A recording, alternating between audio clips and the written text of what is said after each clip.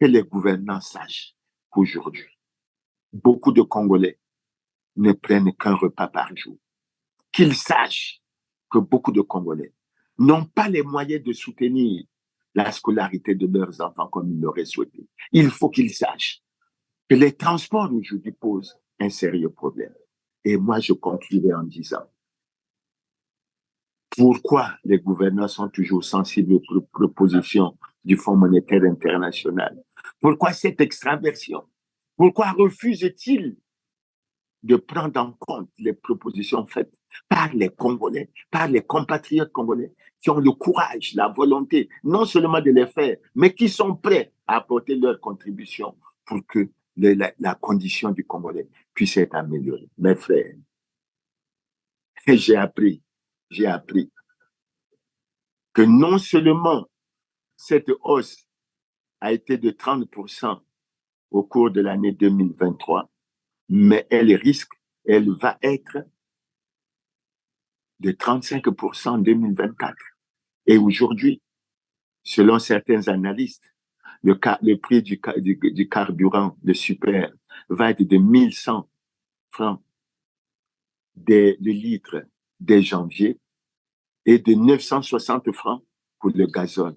Pensez-vous que les Congolais auront les moyens de supporter cela?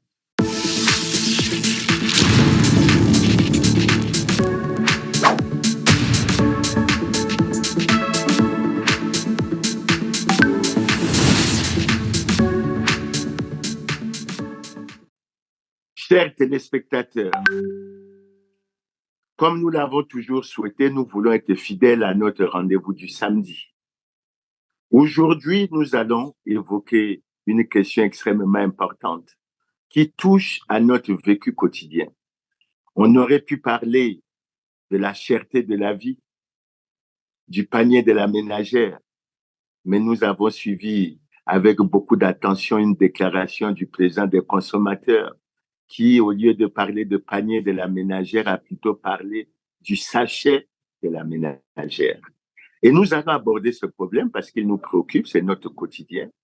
Et pour essayer d'avancer, nous allons commencer par faire un petit rappel. Vous savez que le Congo traverse depuis plus de 10 ans une grave crise multidimensionnelle. À l'époque, les gouvernants avaient pensé faire un ajustement interne. Ils n'en ont pas été capables. Et ça les a conduits à aller au Fonds monétaire. Vous vous rappellerez que nous avons eu un programme avec le Fonds monétaire en juillet 2019. Malheureusement, le Congo n'a pas été en mesure de respecter ses engagements. Et finalement, les gouvernants ont continué à entretenir les relations avec le Fonds monétaire et ont signé en janvier 2002 un programme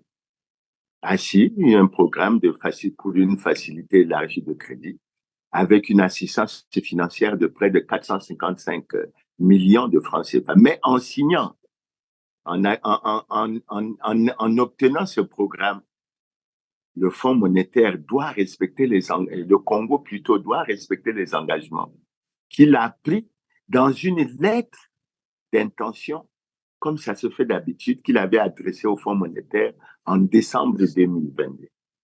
Et cela suppose pour le Congo de respecter les engagements qu'il a pris, d'entreprendre un certain nombre de réformes structurelles. Et parmi ces réformes, il y en a deux sur lesquelles nous allons tenter d'insister. La première, c'est celle qui est relative au renforcement de la lutte contre la corruption.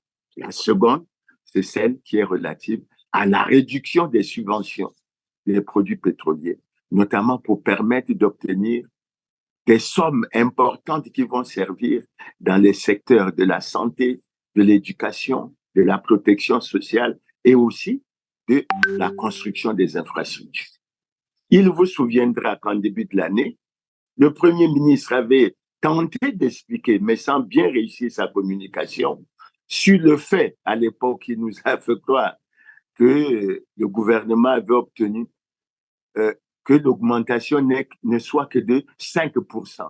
Pour le FMI, on devrait faire comme on a fait dans tous les autres pays d'Afrique centrale ou de tous les pays qui sont en programme. Ils espéraient de nous une augmentation des produits pétroliers de 65%, ce que le président et le gouvernement n'ont pas accepté parce que nous sommes dans une situation très inflationniste au plan mondial. S'il fallait encore arriver à une forte augmentation des produits pétroliers, cela devrait mettre nos populations en difficulté. Malheureusement, à notre dépens, nous avons appris plus tard qu'il s'agissait en fait d'une augmentation de près de 65%, étalée sur 2 ans, 30% en 2023 et 35% en 2024. Là aussi, les Congolais ont vécu, dès le mois de janvier, l'augmentation de 5%. À l'époque, on l'a trouvé suffisamment modeste. Beaucoup de choses ont été dites, et notamment en ce qui concerne la maîtrise des prix, surtout les prix des produits de première nécessité. Par la suite, nous avons vécu au mois de juillet une augmentation de 25% du prix du super. Et là, tout récemment, l'augmentation de 25% a touché également le gazole. Donc aujourd'hui, nous avons pratiquement le super qui est vendu sur le marché congolais à 775 francs et le gazole à 625. Le carburant étant un produit stratégique, un facteur de production qui touche pratiquement à beaucoup de secteurs. Cela a évidemment des répercussions sur toute la vie économique et sociale de notre pays. C'est pour ça que nous suivons avec attention les aspects liés au panier de la ménagère. Le 14 juillet, soit la veille de l'entrée en application de la hausse du prix du super, le Premier ministre avait mis en place une commission qui devait se pencher et réfléchir sur l'impact multisectoriel des mesures d'augmentation des prix du carburant. Et cette commission devait proposer des mesures à court, moyen et long terme pour aider les Congolais à juguler la crise et en supporter les effets. Cette commission a rendu compte le 7 octobre. Et aujourd'hui, nous sommes capables de dire que les effets attendus n'ont pas été obtenus. Et les Congolais souffrent. Les ménages souffrent. Ils ne savent plus à quel sein se vouer. Pour essayer de nous donner une idée, puisque cette affaire de réduction des prix du carburant touche presque la plupart des pays de notre sous-région, nous avons essayé de jeter un coup d'œil sur ce qui s'est passé au Gabon. Au Gabon, je crois que la stratégie qui a été mise au point, c'est de conserver le prix à la station à 550 francs le litre pour le super et avoir des prix en ce qui concerne les produits industriels, à savoir 1125 francs pour le carburant, le super, et puis 1080 francs pour le gazole. Au Cameroun, nous avons également jeté un coup d'œil. Nous nous sommes rendus compte que le super est pratiquement vendu à 730 francs et le gazole pratiquement autour de 725 francs. Si nous regardons du côté de la RDC, la République démocratique du Congo, nous avons découvert qu'ils ont 2 niveaux. Il y a le niveau de l'Est, qui est pratiquement 960 francs le litre, et le niveau de l'Ouest, qui est pratiquement à 785. La République centrafricaine, elle, aujourd'hui, a le gazole à 1450 francs le litre et le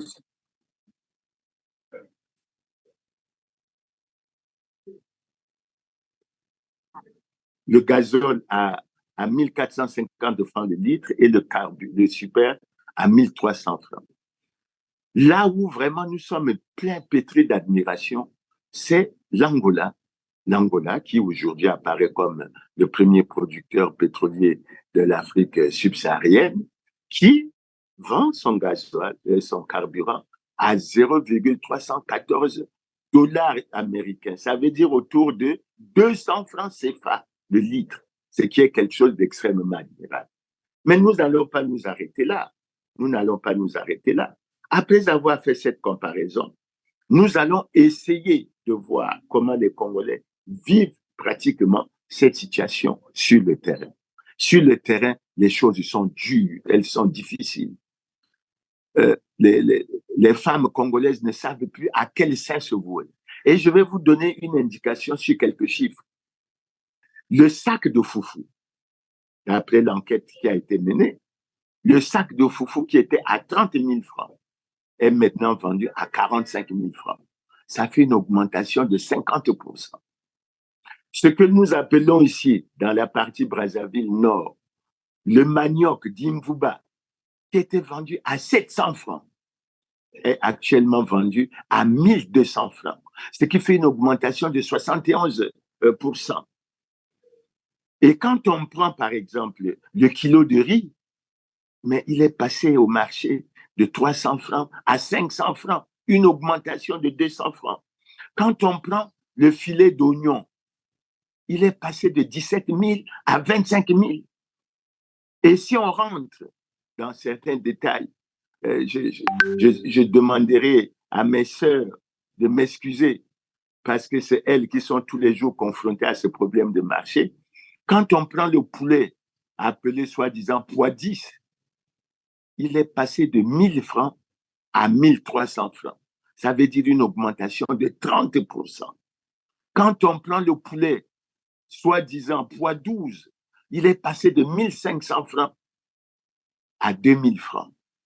Et quand on prend l'huile, c'est passé de 700 francs à 900 francs. L'huile de palme, c'est passé de 700 francs à 1000 francs. Donc, nous avons de façon générale une inflation généralisée. Contrairement à ce qui s'est dit officiellement, où on essaie de placer le taux d'inflation à 3,6% en 2023 et on le projette à 3,7% en 2024, la situation sur le terrain est bien supérieure à cela. Et notre préoccupation, c'est laquelle? Mais la préoccupation, c'est que lorsqu'on parle de l'inflation généralement, immédiatement après, on doit parler des salaires. Et on constate que pendant que l'inflation galope, les salaires, ils sont stables. Je reviendrai sur une notion que les Congolais connaissent bien. Le SMIC au Congo est de 90 000 francs. Mais nous allons y revenir. Donc, s'agissant des salaires, il est bon qu'on y jette un regard.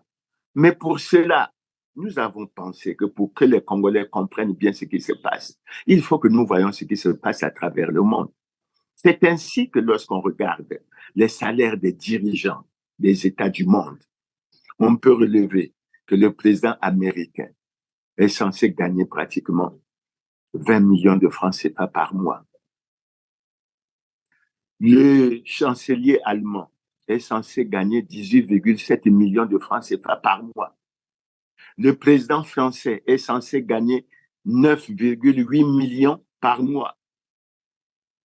Et vous avez le premier ministre britannique qui gagne autour de 9,4 millions de francs CFA par mois.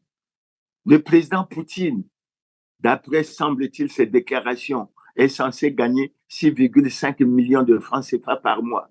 Et vous avez, ce qui va surprendre beaucoup de gens, le président chinois ne touche, lui, que 11 385 yuan chinois, c'est-à-dire l'équivalent de 1508 euros, à peu près 1 million de francs CFA. Le président de la Chine touche 1 million de francs CFA.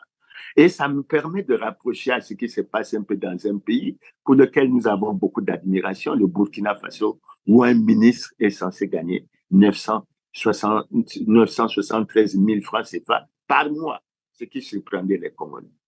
Mais la remarque que nous allons faire, c'est laquelle? Généralement, les chefs d'État africains ne déclarent pas ce qui les touche. Sinon, ce qui les touche est véritablement sous-estimé. Mais nous avons eu l'avantage d'avoir, grâce à ce qui se passe au Gabon, l'information sur ce que touchait le président Ali Bongo quand il était à la tête de l'État gabonais. Il touchait, écoutez bien, 270 millions de francs CFA par mois, c'est-à-dire 13,5 fois ce que touche le président américain. Et comme le SMIC au Gabon et de 150 000 francs CFA, en fait, le président Bongo gagnait 1800 fois le SMIC au Gabon. C'est vraiment terrible lorsqu'on compare à ces situations. On est même tenté de dire que les dirigeants africains ont pratiquement les salaires les plus élevés au niveau des dirigeants du monde. Maintenant, revenons en ce qui concerne le Congo. Sur cette question, il y a un manque de transparence terrible. En dépit de ce que l'article 82 de la Constitution du 25 octobre 2015 a dit clairement que le président de la République perçoit un traitement dont le montant est fixé par voie réglementaire. Très peu de Congolais connaissent combien le président Denis Sassou Nguesso gagne. Par contre, nous avons eu les références d'un décret, notamment le décret 2012-1037 du 3 octobre 2012, qui fixait les salaires des membres du gouvernement. Ce décret n'a jamais été publié au journal officiel et pour cause, nous ne le comprenons pas. Mais selon ce décret, un ministre d'État congolais gagnerait 15 millions. Donc, il gagnerait nettement au-dessus du président français, nettement au-dessus du premier ministre britannique, nettement au-dessus du président chinois. Le ministre simple, semble-t-il, gagnerait près de 11 millions de francs CFA. Et l'opinion congolaise est gagnée à ce que le premier ministre congolais gagnerait 25 millions de francs CFA. 25 millions, ça fait 278 fois le SMIC du Congolais qui est de 90 000 francs CFA. Et on constate que lorsqu'on regarde ce problème de panier de la ménagère, lorsqu'on regarde ce problème de cherté de la vie, les dirigeants, ils sont comme à l'abri. Parce que non seulement ils ont des salaires élevés, mais en plus, ils sont impliqués dans des problèmes de détournement, de corruption, qui font qu'ils ont des fortunes colossales. De sorte qu'ils ne se sentent véritablement pas concernés par la hausse des prix du carburant ou autre, ou la conséquence immédiate, les prix des denrées alimentaires qui connaissent une montée, une inflation pratiquement galopante. Et ça, c'est vraiment à prendre en ligne de compte. Il faut que nous gérons correctement cette situation. Alors, lorsque nous avons fait cet aperçu, nous venons à dire une chose simple. L'augmentation des prix des carburants a plongé les Congolais dans la souffrance.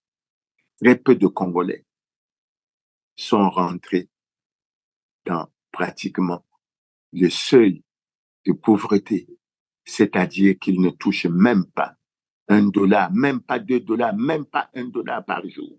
Comment font-ils pour vivre? Quand vous avez un SMIC de 90 000 francs, il vous faut vous nourrir. Il vous faut vous loger, il vous faut vous vêtir, il vous faut vous occuper des problèmes de santé de la famille, il vous faut vous occuper de la scolarité des enfants. 90 000 francs. Posons-nous la question. Nous mangeons avec combien? Si nous mangeons avec 1 000 francs par jour, à la fin du mois, ça fait 30 000 francs. Mais est-ce qu'il est possible qu'une femme aille faire le marché avec 1 000 francs? Aujourd'hui, ce n'est pas possible.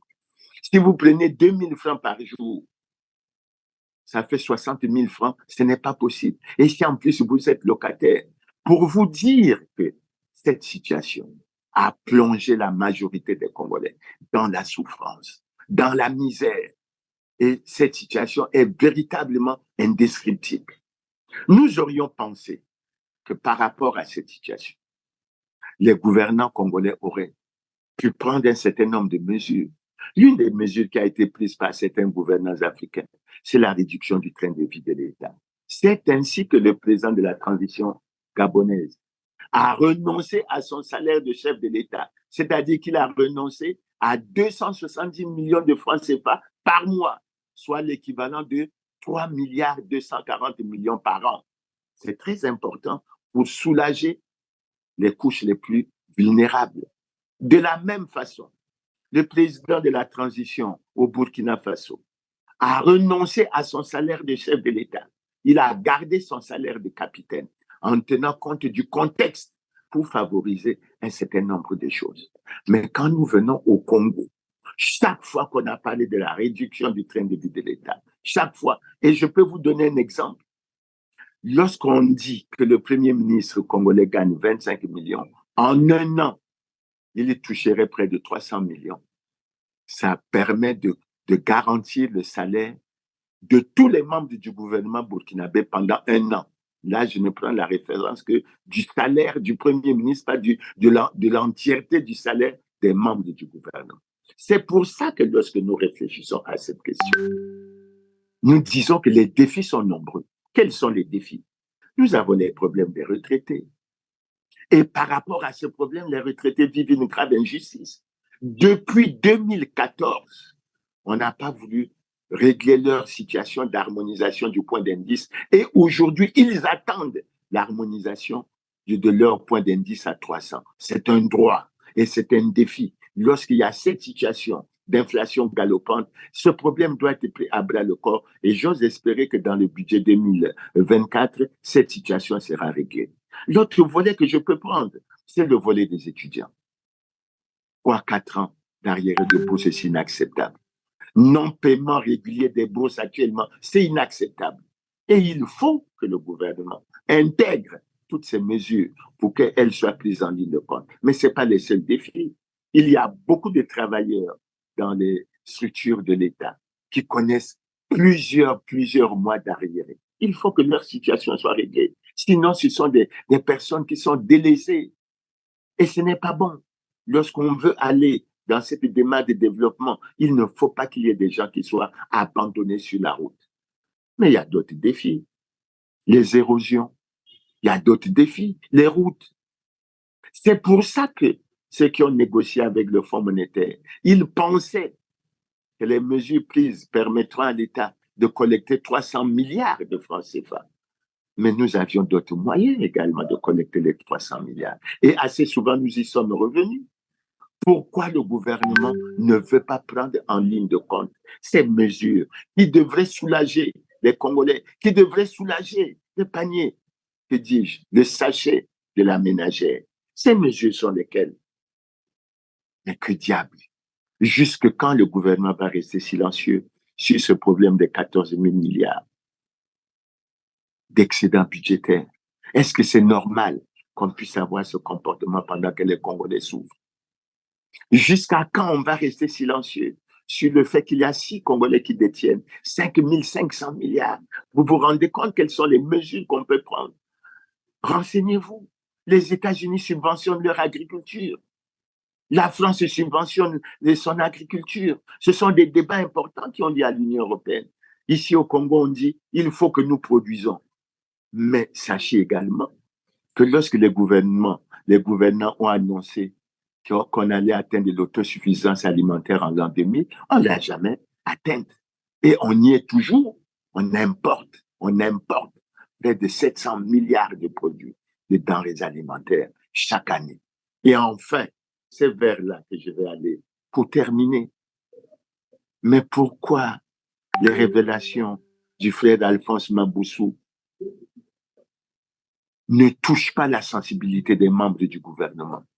Lorsqu'on entend dire qu'il y a 133 000 milliards appartenant à quelques Congolais qui sont planqués dans les paradis fiscaux, les gouvernants ne comprennent pas qu'avec une telle somme, on peut véritablement régler les problèmes, non pas les problèmes de la condition de vie, de l'amélioration de conditions de vie des Congolais, y compris celui de soulager le sachet de la ménagère. Que les gouvernants sachent qu'aujourd'hui, beaucoup de Congolais ne prennent qu'un repas par jour. Qu'ils sachent que beaucoup de Congolais n'ont pas les moyens de soutenir la scolarité de leurs enfants comme ils l'auraient souhaité. Il faut qu'ils sachent que les transports aujourd'hui posent un sérieux problème. Et moi, je conclurai en disant, pourquoi les gouvernants sont toujours sensibles aux propositions du Fonds monétaire international? Pourquoi cette extraversion? Pourquoi refuse-t-il de prendre en compte les propositions faites par les Congolais, par les compatriotes congolais qui ont le courage, la volonté, non seulement de les faire, mais qui sont prêts à apporter leur contribution pour que la condition du Congolais puisse être améliorée? Mes frères, j'ai appris que non seulement cette hausse a été de 30% au cours de l'année 2023, mais elle va être de 35% en 2024. Et aujourd'hui, selon certains analystes, le prix du carburant, le super, va être de 1100 francs le litre dès janvier et de 960 francs pour le gazole. Pensez-vous que les Congolais auront les moyens de supporter cela? Pensez-vous que les mesures qui ont été proposées le 7 octobre par le gouvernement ont permis de soulager les Congolais? La réponse que je donne est non. Et c'est un problème structurel sur lequel les Congolais doivent réfléchir sérieusement. Quant à moi, je dis, pour terminer, je donne au gouvernement les pistes suivantes de réflexion. La première, c'est la réduction du train de vie de l'État, qui doit toucher la réduction significative des salaires des dirigeants de ce pays, de tous ceux qui sont responsables dans les institutions, tous ceux qui ont rang de ministres et les autres. Nous avons les moyens de surmonter l'épreuve que nous affrontons. Nous avons également la lutte contre la corruption. J'ai été surpris hier en suivant l'adoption du budget rectificatif de l'année 2023. Nullement n'a mentionné la lutte contre la corruption, alors que c'est cette lutte qui devrait nous permettre de récupérer l'argent qui a été dilapidé dans le trésor public pour améliorer la condition de vie des Congolais. Maintenant, chers frères et sœurs, nous apportons nos idées, nous osons espérer que les gouvernants vont y apporter une attention particulière. Mais nous disons, en ce qui concerne le panier, que dis-je, le sachet de la ménagère, les Congolais souffrent. Ils n'arrivent plus. Ils veulent que des solutions appropriées soient trouvées à ce problème. Et nous pouvons les trouver, nous les avons. Nous n'avons aucune raison de nous confier toujours au Fonds monétaire international. Donc, nous avons choisi aujourd'hui de traiter de ce problème. La prochaine fois, nous aurons certainement un thème sur lequel nous allons nous revenir. Mais nous pensons certainement, sérieusement, que la condition du Congolais peut être améliorée et nous avons les moyens de l'améliorer. À nous de prendre et le courage et la volonté politique. Je vous remercie pour votre aimable attention et souhaitons que la prochaine fois, nous aurons encore une très belle émission. Merci et à samedi prochain.